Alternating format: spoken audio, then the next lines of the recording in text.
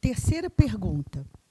Com as diversas reformas ocorridas desde o início dos anos 2000 e que estão em tramitação, quer sejam no Congresso Nacional ou na LESP, os funcionários públicos têm vivenciado diversas perdas de direitos com reflexos direto na remuneração final e que se apresentará de forma mais acentuada quando da sua aposentadoria. Nas universidades estaduais paulistas, em particular, entre os docentes, os que mais têm sentido o impacto destas reformas são os jovens e jovens docentes em início de carreira. Qual a sua posição e como pretende tratar essa questão?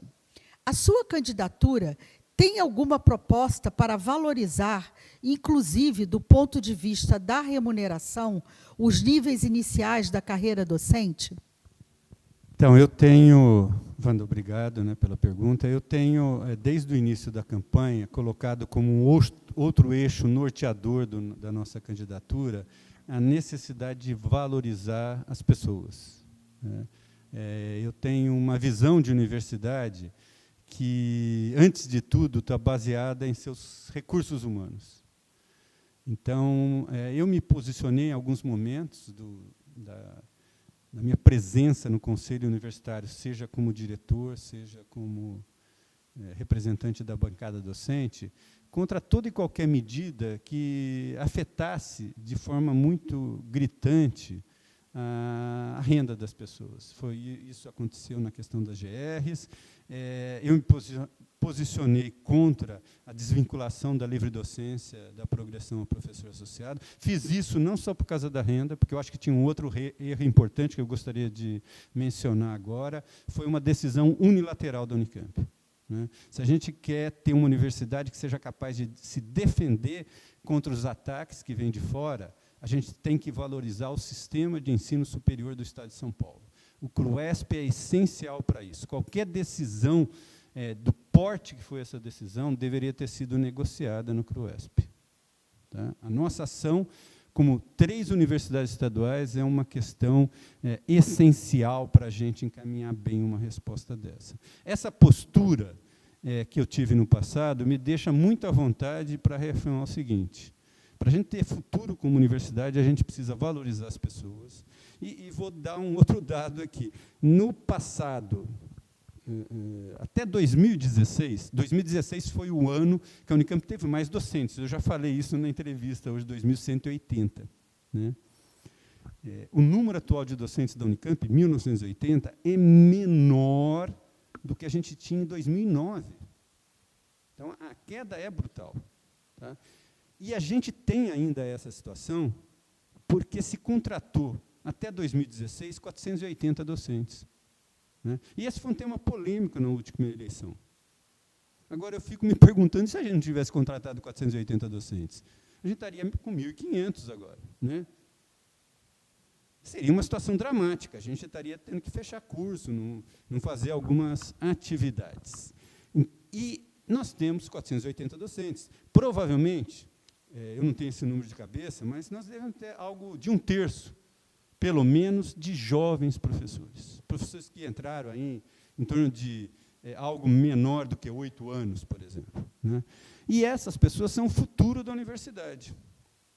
E elas estão desanimadas. Né? Desanimadas por causa da premência financeira, vamos dizer assim. A gente passa por um momento e elas são mais afetadas pela época que estão da vida, pelos filhos em escola, plano de saúde, eventualmente a pessoa não tem casa, ela está tendo que adquirir uma casa. Né? Nós passamos por isso, a gente sabe o significado dessa questão. Né? A outra coisa é que elas não foram ouvidas nessas decisões. Não basta, e aí eu voto também no tema da democracia, não basta o Conselho Universitário definir isso. O Conselho Universitário tem que definir olhando para a comunidade, ele tem que estar mais próximo da comunidade na hora que toma uma decisão.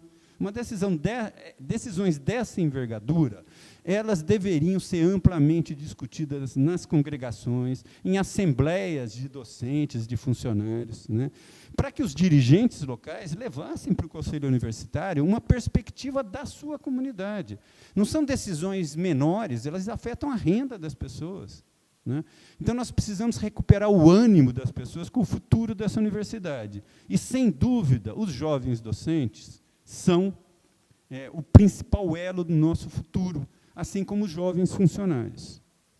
Então, a minha preocupação aí é em retomar esse ânimo. Isso exige muito diálogo e conversa. A gente tem que estar próximo dessas pessoas e escutar as reivindicações, e exige decisões concretas. Quais são essas decisões concretas? Nós temos que retomar rapidamente os processos de progressão, né? E, então, temos aí um represamento de várias pessoas com o título de livre docência, que não são professor associado. A gente tem que garantir a solução dessa questão. As pessoas têm que se tornar professores associados, porque elas fazem jus em função do concurso de livre docência. Então, a gente tem que resolver esse esqueleto que colocaram no armário da nova gestão, né, positivamente. Nós temos que retomar os processos de progressão horizontais, de uma forma bem mais ampla, né?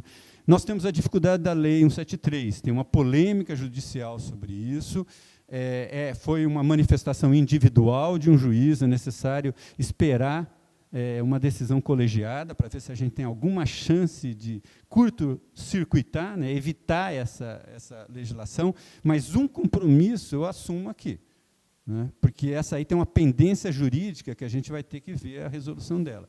Qual é o compromisso? Se isso for impossível, 2021 tem que ser um ano que prepare a retomada das progressões logo no início de 2022. Ou seja, nós podemos encaminhar processos avaliatórios que se concretizem, de fato, no início de 2022. A gente não precisa ficar esperando 2022 para tomar a iniciativa dos processos. E falo isso para docentes e para funcionários. Quer dizer, nós temos que recuperar essa sensação de que as pessoas importam na universidade. Não dá para a gente querer reanimar as pessoas com o nosso futuro sem considerar isso. E você colocou na própria pergunta, você iluminou o contexto. Existem coisas que a gente pode questionar juridicamente, como a perda desses direitos, mas a decisão está fora das nossas mãos. A gente pode pressionar, mas elas foram tomadas no Poder Legislativo. A gente pode agir juridicamente, mas quem vai decidir isso são os juízes. Mas a aplicação do nosso orçamento, quem decide somos nós. Então, o mais grave de uma decisão é quando a gente toma uma decisão contrária à comunidade e faz isso por livre e espontânea vontade, porque aí a gente está tomando essa decisão por conta própria, né? Então, isso a gente não pode fazer numa gestão que valorize as pessoas. E fizemos isso, hein, aqui dentro da universidade. Não deveríamos ter feito. Então, essas coisas terão que ser reparadas numa futura gestão, e esse é um compromisso que eu também assumo aqui publicamente.